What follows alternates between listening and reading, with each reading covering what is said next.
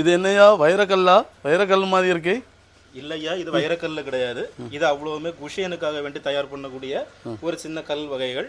இது குஷேன் அவ்வளவுமே நல்ல குவாலிட்டியான குஷேன். இது ஃபர்ஸ்ட் குவாலிட்டி. அதுக்காக வேண்டி அவங்க அந்த கல்லெல்லாம் பதிச்சு வச்சிருக்காங்க.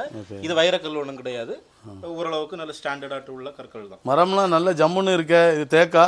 தேக்கு இல்ல, அல்கேசியா மரம். தேக்கே மாதிரி துல்லியமா இருக்கும். அப்படியா? நல்ல பாலிஷ்லாம் நல்ல சைனிங்கா போட்டிருக்கீங்க.